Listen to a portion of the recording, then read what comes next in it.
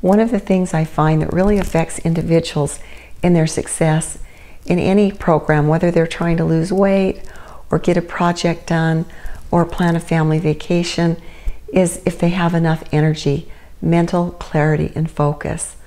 I recommend a couple of essential oils to help keep that calm and that balance in your life. And one of them is Balance. Another of my favorite is Adaptive. Adaptive comes in a capsule that has the essential oils as well as ahi flower, which is a plant source, omega-3, and GABA to really help you keep that focus throughout the day.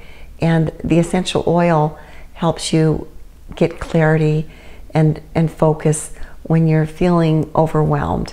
I just pour a little on and just breathe it. Another thing that I really like to diffuse in my house to help me with that energy and focus that I need are 3 essential oils. 2 or 3 drops of rosemary, 2 drops of lemon, and 2 or 3 drops of peppermint. That is just a winning aroma.